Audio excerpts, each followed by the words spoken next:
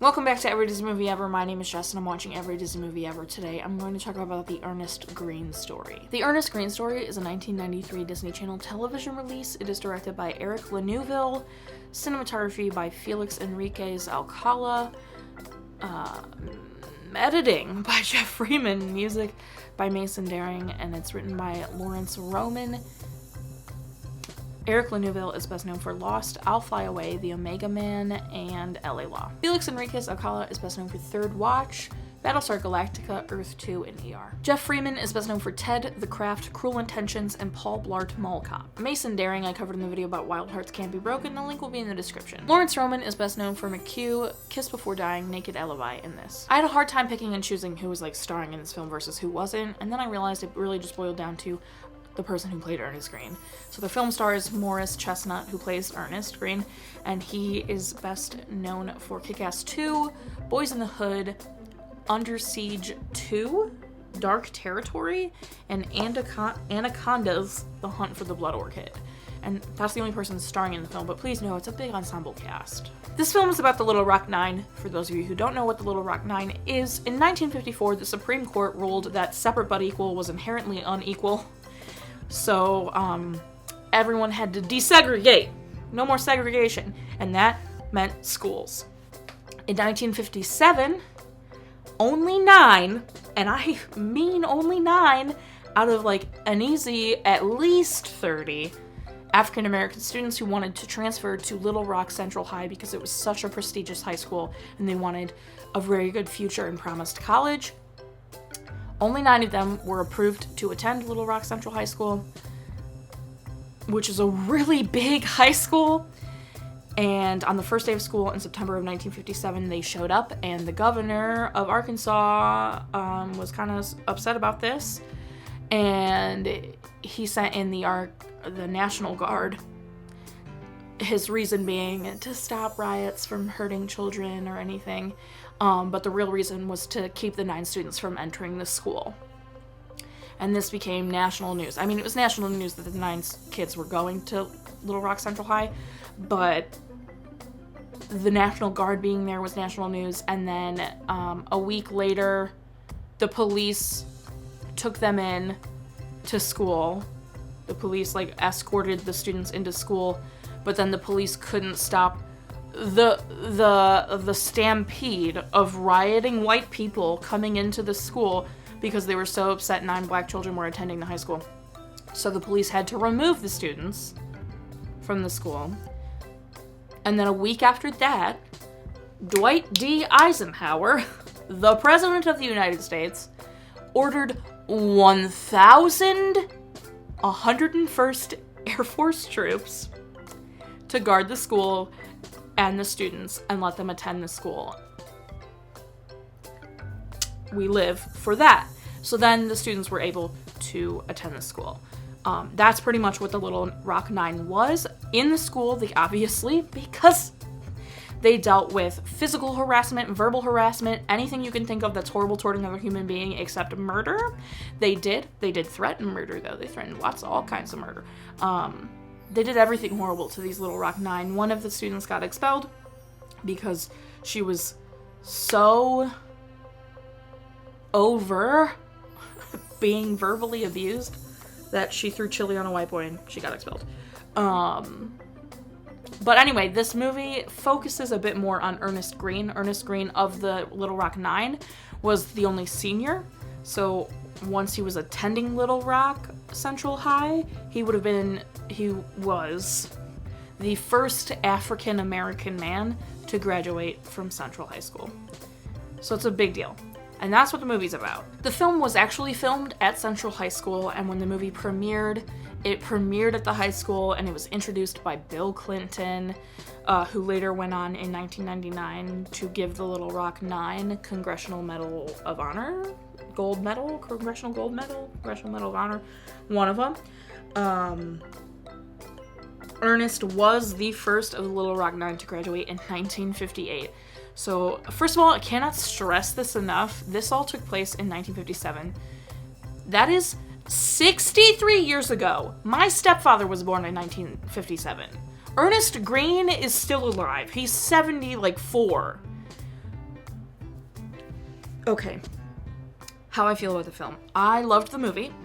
The movie's incredible. I cried twice. The first time I cried, this has never happened. I cried out of frustration.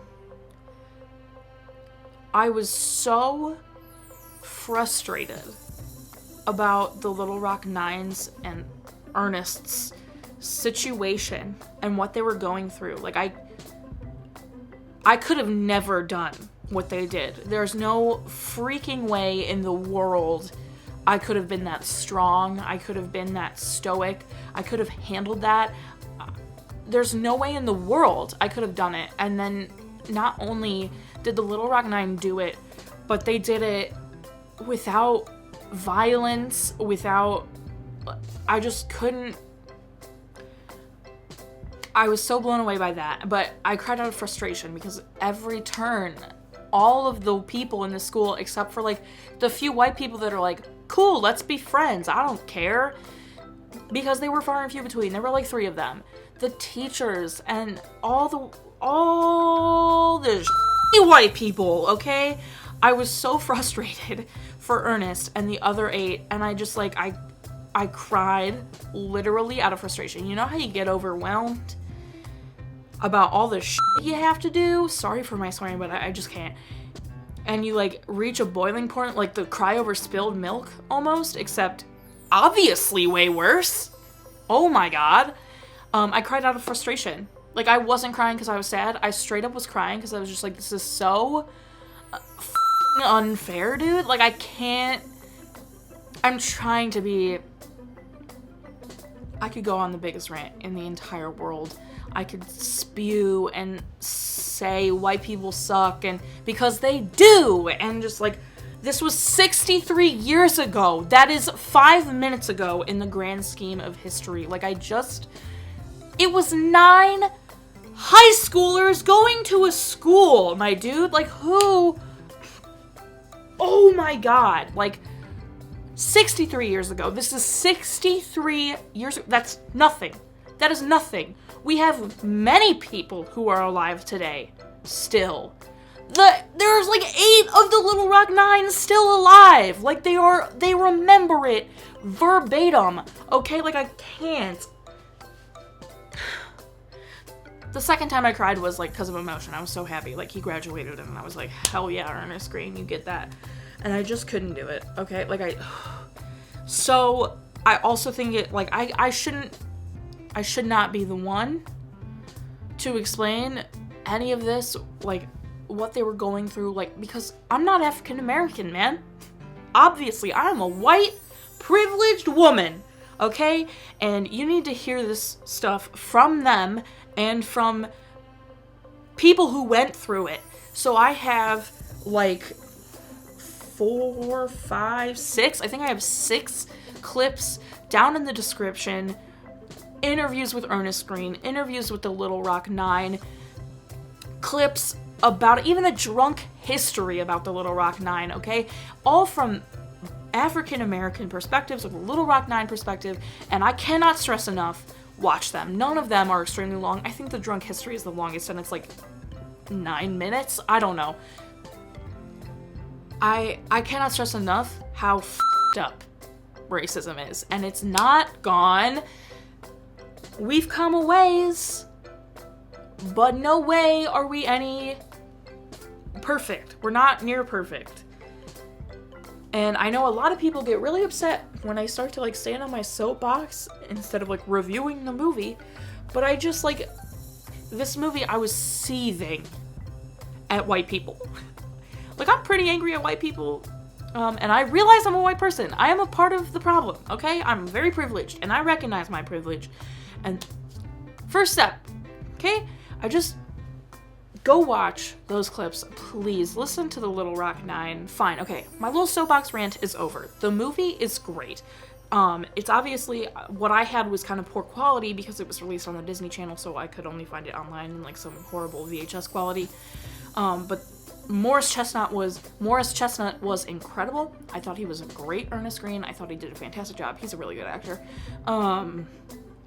Everyone else did great. The woman who played Elizabeth, the one of the Little Rock Nine that like got to school separate from all the others and was just like in the middle of a riot and people throwing crap at her and stuff. She was amazing. The cast was great. The story was so well written, and like from watching all the stuff about the Little Rock Nine after, was really, really accurate. Like even the actors kind of looked like the people they played, which you wouldn't expect kind of from like a TV version of the film, but it was excellent. I thought it was very well done, and I highly, highly recommend it, okay? That's it.